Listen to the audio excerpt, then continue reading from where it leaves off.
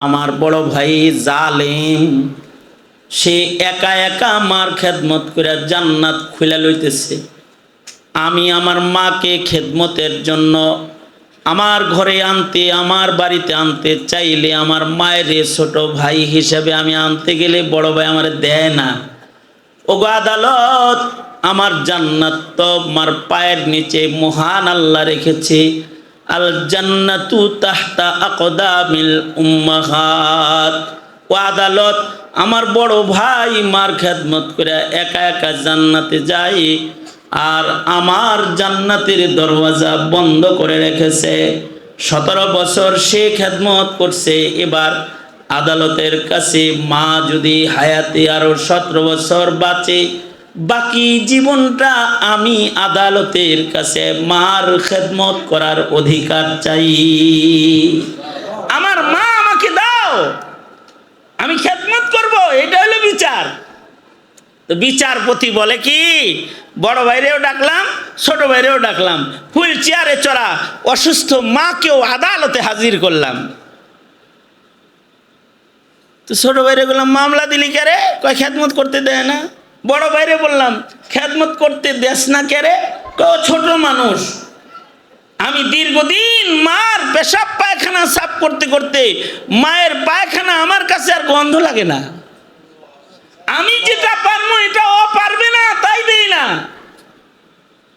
খেদমত ভালো হবে আমার কাছে, এ কারণে আমি ভালো করে একটু যত্ন করে খেদমত করে ও আমার ছোট ভাই, ওরে একটু আরাম দেওয়ার জন্য দেই না। কঠিন কাজ এটা, ও পারবো এটা? বিচারপতি বলে, আমার কাছে গত অত তারিখে একটা বিচার আইছে, তারিখ সহ ছাপছে। বিচারটা দিছে ছোট ভাই বড় ভাইয়ের নামে বিচার দিছে আদালতে। আমাদের দেশের ছোট ভাই যদি আদালতে বিচার দেয়, আমাদের দেশের বিচারের কোয়ালিটি হলো মহামান্য আদালত। বড় ভাই আমার মা বাবারে ঘুমের বাড়ি খাওয়া টিপ লয়া সব লয়ে গেছে গা, বিচার আমার সম্পদগুলো উসুল করে দেন। বিচারগুলোর কোয়ালিটি হয় আমাদের দেশে এমন। কিন্তু বিচারপতি বলে, আমার কাছে এক ছোট ভাই বিচার নিয়ে এসেছে, আদালতে মামলা করেছে, যে মামলার এজাহারে ছিল মহামান্য আদালত, আমাদের বাপ নাই, আমার মা আছে। 17 বছর মা শয্যাশায়ী, প্যারালাইসিসের রোগী, বিছানায় পেশাব পায়খানাও কখনো কখনো করে দেয়। কিন্তু আমার বড় ভাই জালেম, সে একা একা মার খেদমত করে জান্নাত খুলে লইতেছে। আমি আমার মাকে খেদমতের জন্য আমার ঘরে আনতে, আমার বাড়িতে আনতে চাইলে আমার মায়ের ছোট ভাই হিসেবে আমি আনতে গেলে বড় ভাই আমার দেয় না। ওগো আদালত, আমার জান্নাত তো আমার পায়ের নিচে মহান আল্লাহ রেখেছে। আল জান্নাতু তাহতা আকদামিল উম্মাহাত। ও আদালত, আমার বড় ভাই মার খেদমত করে একা একা জান্নাতে যায়, আর আমার জান্নাতের দরওয়াজা বন্ধ করে রেখেছে। 17 বছর সে খেদমত করছে। এবার আদালতের কাছে মা যদি হায়াতে আরো 17 বছর বাঁচে, বাকি জীবনটা আমি আদালতের কাছে মার খেদমত করার অধিকার চাই।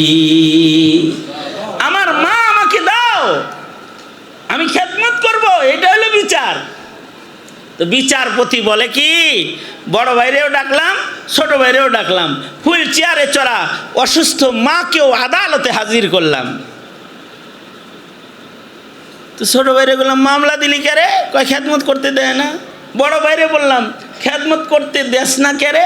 কয় ছোট মানুষ। আমি দীর্ঘদিন মার পেশাব পায়খানা সাফ করতে করতে মায়ের পায়খানা আমার কাছে আর গন্ধ লাগে না। আমি যেটা পারবো এটা ও পারবে না, তাই দেই না। খেদমত ভালো হবে আমার কাছে, এ কারণে আমি ভালো করে একটু যত্ন করে খেদমত করে ও আমার ছোট ভাই, ওরে একটু আরাম দেওয়ার জন্য দেই না। কঠিন কাজ এটা, ও পারবো এটা? দুজনের দাবি আমরা পারো। আদালত কিং কর্তব্য বিমূঢ়। কার কাছে দিবে তাহলে? 3 দিন ভাগ করবে না কেমনে দিবে? মাস ভাগ করে দিবে? কিভাবে দিবে? আদালত বলে, আমি মাকে আদালতে জিজ্ঞাসাবাদ শুরু করলাম, হে বৃদ্ধা মা, তুমি তোমার কোন সন্তানের কাছে থাকতে স্বাচ্ছন্দ্য বোধ করো, তার কাছে তোমাকে আদালত থেকে লিখিত দিয়ে দেব। মায়ের যেখানে থাকতে আরাম সে সেখানে থাকবে। বিচারপতি বলে, আমি তার মাকে কথা বলতে বললে মা বড় ভাইয়ের দিকে, বড় ছেলের দিকে একবার তাকায়, একবার ছোট ছেলের দিকে তাকায়। বড় ছেলের দিকে তাকাইলে বড় ছেলেও হাউ মাউ করে কান্দে আর কয়, মা এই যে ক্ষমা চাই, নামটা কিন্তু আমারটা বাদ দিও না, তোমার খেদমত করে রবের কাছে প্রিয় হতে চাই। ছোট ছেলের দিকে তাকাইলে ছোট ভাই বলে, মা খেদমতটা ভিক্ষা দাও, বহু থাকছ বড় ভাইয়ের কাছে, আমার খেদমত কি তুমি একটু নিবা না? আমার কামাই বেশি, আমার ঘর বড়, বড় ভাইয়ের চাইতে গায়ে শক্তি আমার বেশি, প্রাণ উজাড় করে মাগো আমি তোমার খেদমত করবো, আমার কথা কও। আদালত বলে, আশ্চর্য মা আদালতে দাঁড়ায়া নিজের কোনো সন্তানকে ছোট কইরা এক সন্তানের নাম মা ভালোবাসার বন্ধনে আটকা পড়ে উচ্চারণ করার ক্ষমতা হারায়া ফেলেছে। মা না ছোট ভাইয়ের কথা বলতে পারে, না বড় ভাইয়ের কথা বলতে পারে।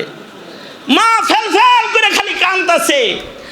আর মা কয়, আদালত আপনি সিদ্ধান্ত দেন, আমার এই দুটো সন্তানের উপরে আমি এত খুশি যে আমার সিদ্ধান্ত দেওয়ার মতো জবান আমি মায়ের নাই।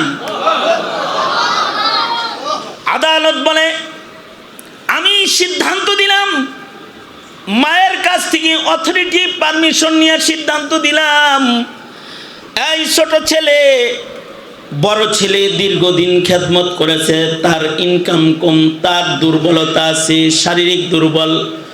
তোমার মায়ের খেদমতের জন্য তোমার কাছে আদালতের পক্ষ থেকে দিলাম, কিছুদিন তুমি খেদমত করতে থাকো, যতদিন না আদালত থেকে ফয়সালা নতুন না যায়। কিন্তু তোমার বড় ভাই যদি মার খেদমতের জন্য তোমার কাছে এসে 2-4 দিনের জন্য নিজের মাকে নিজের ঘরে নিয়ে যেতে চায়, বাধা দিও না, কোলে করে নিজের মাকে বড় ভাইয়ের বাড়ি পৌঁছায় দিও। আদালত বলে, এই যে একটা মা আর সন্তান বিচারালয়ে দেখলাম, এমন আদর্শ সন্তান যদি দুনিয়ার ঘরে ঘরে হইতো তাহলে পৃথিবীর কোনো মা বাবার কষ্ট করতে হতো না। এ কারণেই বলতে হয়, হাবলানা মিন আজওয়াজিনা ওয়া যুররিয়াতিনা কুররাতা আয়ুন, ওগো আল্লাহ এমন সন্তান দাও যেটা আমার চোখ শীতল করে ফেলবে। এইটা সকলের জিম্মাদারি। আর বড় আস্থার সাথে আপনাদের সামনে বলছি, এই মাদ্রাসাগুলোই হেফাজতে আমওয়ালে মুসলিমিন, হেফাজতে আওলাদে মুসলিমিন।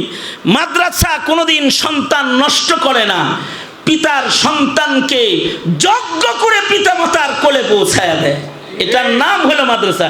সন্ত্রাসী বানায় না, গাঞ্জুটি বানায় না, গাঁজাখোর বানায় না, বরঞ্চ গাঁজা খাইলে মাদ্রাসার সীমানায় জায়গা পায় না। মদখোর, সুন্নতের খেলাফ চলনেওয়ালা একটা তালবে ইলমকে আমরা আমাদের মাদ্রাসার বাউন্ডারির ভেতরে জায়গা দেই না, জায়গা দেই না। আমরা মাদ্রাসায় সন্তান গঠন করি। সুতরাং গ্রামে গঞ্জে যেখানেই কিছু মাদ্রাসা হবে, এগুলো হলো আদর্শ প্রজন্ম গঠন করার কেন্দ্র।